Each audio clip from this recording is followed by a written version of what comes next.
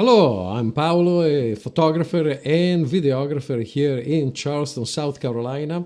I'm starting this weekly stream to help people with their video issues or in general to help them with their online image.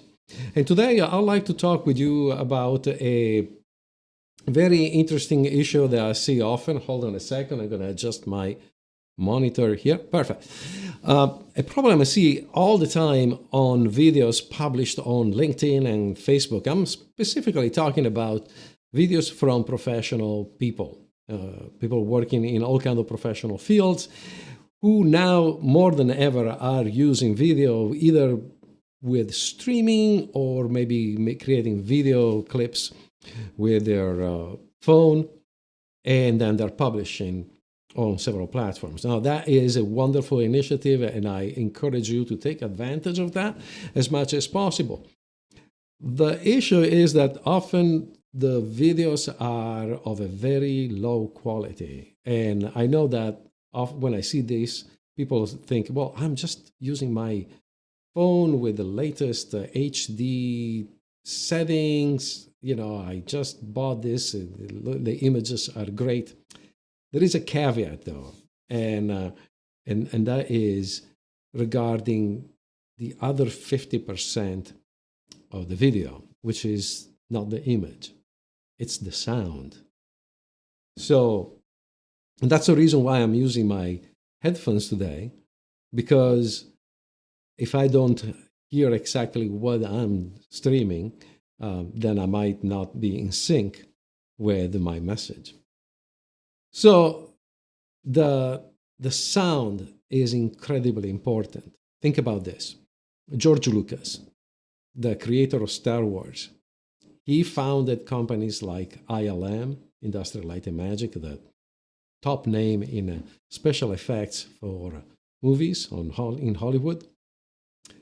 He initially founded Pixar, then sold it to Steve Jobs. But anyway, he is a professional of the image. Well, he created this other company, actually two companies in the sound field. One is THX. You remember probably the commercials at the beginning of many movies. And Skywalker Sound, or Skywalker Studios. I don't remember exactly.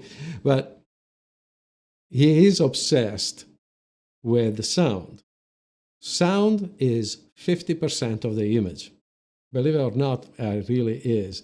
There have been studies that show that when people watch a video with poor sound, when they remember that video, they will report it as being fuzzy or blurry. So sound is a fundamental element of any video, and there are ways to make it better for you. And so I decided to create this video today to show you, to demonstrate exactly what I mean. And to be totally fair, I'm recording this video with a fairly high quality camera so that there cannot be doubts that I'm trying to make the image look poor. No. I'm recording this with a Canon full frame camera, which when I bought it new a few years ago was about $2,000, with a $1,600 Canon zoom lens, so an incredibly high quality image. But I'm going to switch to different microphones to make you understand the difference. Okay, so right now I'm recording this. My voice with a Rode NTG1 microphone, which is just above my head, and this is a XLR microphone. This is using one of these cables here. Let me see. Yeah. Okay. So it's not a USB microphone. Now, what is important to understand there is the chain of components in every microphone, and this is stuff that you don't hear very often, but pay attention. This is really important. A microphone is made out of, I'm simplifying, but many microphones have a little membrane that vibrates when it's hit by sound waves. And that vibration then converts the movement into an electrical signal. So we are converting sound to an electrical charge. Okay, this is true for every microphone, pretty much. Now, you're taking that electrical charge, and that charge is minuscule. So this is important to understand. There are two types of audio signals in general whenever you're working with audio. One is a line signal, and that is the thing that comes out of your phone, for example, when you're playing music through the mini jack there. That is a line signal, and it's a signal that is already amplified to a certain level, and so it needs just a final amplifier to boost it to loudness. But then there is the mic signal. So that was before the line signal. This is the mic signal. The mic signal is faint. It's incredibly small. It cannot be fed to an amplifier straight out as it is. It needs to be pre-amplified. So there is another amplifier that is dedicated to the task of amplifying the voice coming out of, in general, the sound coming out of a microphone. And the character of that preamplifier is very specific. Every preamplifier has a different character, if you want. Now, the quality of that preamplifier is crucial. In fact, you could have a $2,000 mic with a crappy preamplifier, it will sound terrible. Okay. Conversely, you could have a $200 microphone and connect it to a high quality preamplifier. It will sound awesome. Okay. So the mic preamplifier combination is absolutely crucial. Now, after that, the signal that comes out needs to be converted from analog, the electrical charge, to digital. And that is something that then is fed to, so to speak, to a USB cable, which goes to your computer, or similar data path. Okay, if it is, if we're talking about the built-in microphone inside a laptop, it's all done internally, but still, the same exact sequence happens. There is a little microphone, there is an electrical charge that is converted. The conversion then goes to an internal preamplifier that is built in your laptop, and then from that, it goes to the rest of the circuitry. Now, the microphones in any laptop, any built-in microphone in a laptop, or any built-in microphone in a webcam, they're generally very poor. Okay, you cannot buy a webcam for, $60 or $80 and expect great quality there, especially for the sound. Okay, and this is exactly what we are going to talk about in a minute. So right now, I'm talking to you with a good microphone, which has an XLR cable. This guy here. Why is that important? Because this microphone, when I buy a $200 or $300 or $400, $500 microphone, what I'm buying, what the money goes into the quality of that microphone. There is no preamplifier there yet. So then through that cable goes to my professional audio recorder, which has a very good preamp. And that from the audio recorder internally, there is an analog to digital converter, and through a USB cable goes to the computer I'm using to talk with you. So the quality is rather good. Now, I have other two microphones that I want to show you to you. Okay, so the other one is the web mic. And so to be totally fair, I have placed here your typical Logitech webcam, and it's right above my monitor.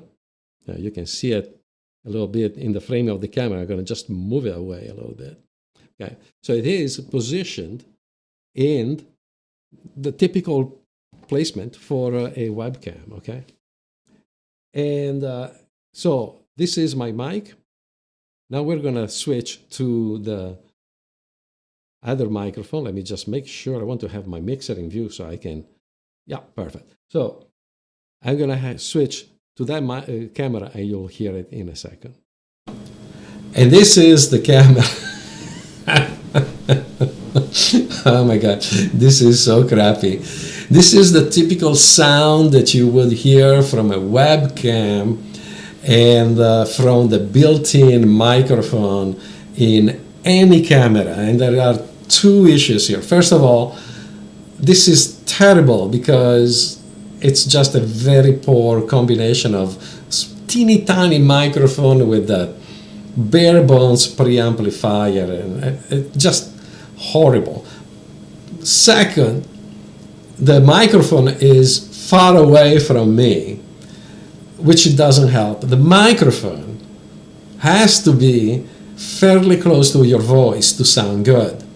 And that's the other reason why we need to talk about having an external microphone regardless of what is your video system. You might be recording with an iPhone, but if you're using the built-in microphone of the camera, since the camera is going to be far away from you, it's going to sound really poor. It doesn't matter how good you think that your phone is. There is no way that the built-in microphone is particularly good. I mean, it's fairly good. Being fair, they are okay. But then by being so far away, you ruin completely the effect. Okay? So now I'm going to switch to another microphone.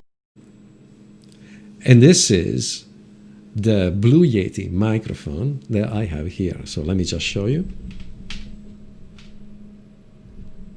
So this is fairly close to my mouth, to my voice.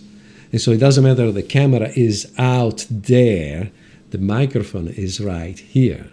And it sounds awesome. Okay, so this is a built-in, a combination microphone. Let me show you again. So this mic has a single body here, and as you see, it's fairly big. And that's the other thing. A good microphone generally has a good sides, a fairly big sides. Why?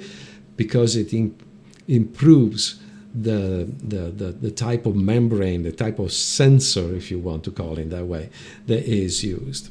Okay, and so there is a conversion, a microphone that the mechanics inside are designed to capture the voice in a much broader way, with a better spectrum, a better response. Size does matter both in optics and in audio. And when you're putting everything inside a little phone, you're sacrificing a lot. So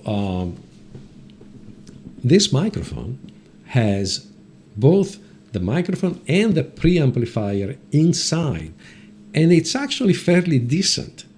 So this is a modest investment. I think that the microphone costs about $130, and you can find the link in the description for this video if you want to take a look.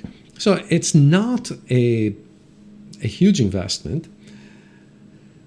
It is an all-in-one because it has the microphone, the preamplifier, the USB converter. This is a USB microphone. You can connect it to your PC or Macintosh, and it will work right at that moment. I received a lot of compliments when I was doing webinars years ago, for example, that I bought it, a few years ago, and people were saying, "Wow, Paolo, you're sounding really good," and that was because everybody was using, the crappy webcam microphone or built-in microphone from their laptop, and I was sounding like this.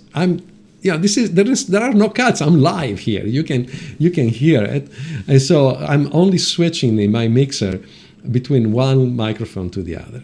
And so I would strongly suggest, if you have any interest in improving your online image, to buy a microphone like this. The Blue Yeti is a staple of many streamers and people working on YouTubers, for example, and it is incredibly simple to set up. You just connect it to your computer, select in your computer the input to being your microphone, the Blue Yeti microphone, and you're ready to go. If you are recording with the phone and you're thinking, how can I have the sound going to the phone? You know what?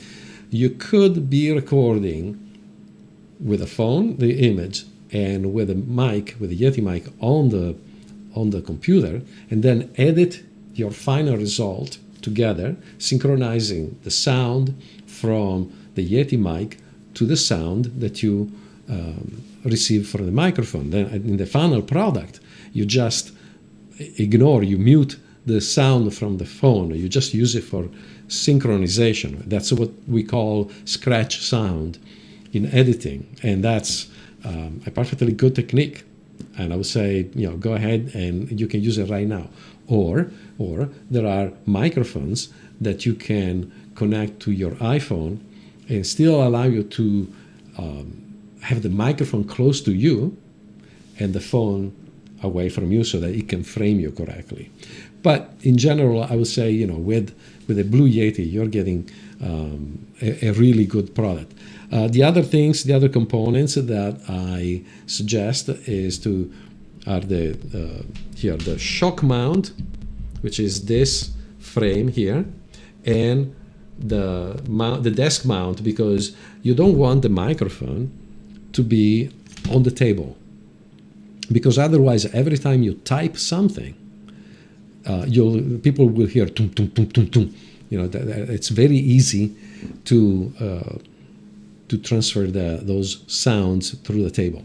So there is a nice. All this stuff is very inexpensive. So you can just mount this adjustable arm. The shock mount completely isolates the microphone from vibrations, and you're getting a fairly professional setup just for way less than $200. So I hope this was useful. I'm Paolo with Dreamlight Images. Let me know if you have any questions. You post them in the comments, and I'll see you next week. Ciao.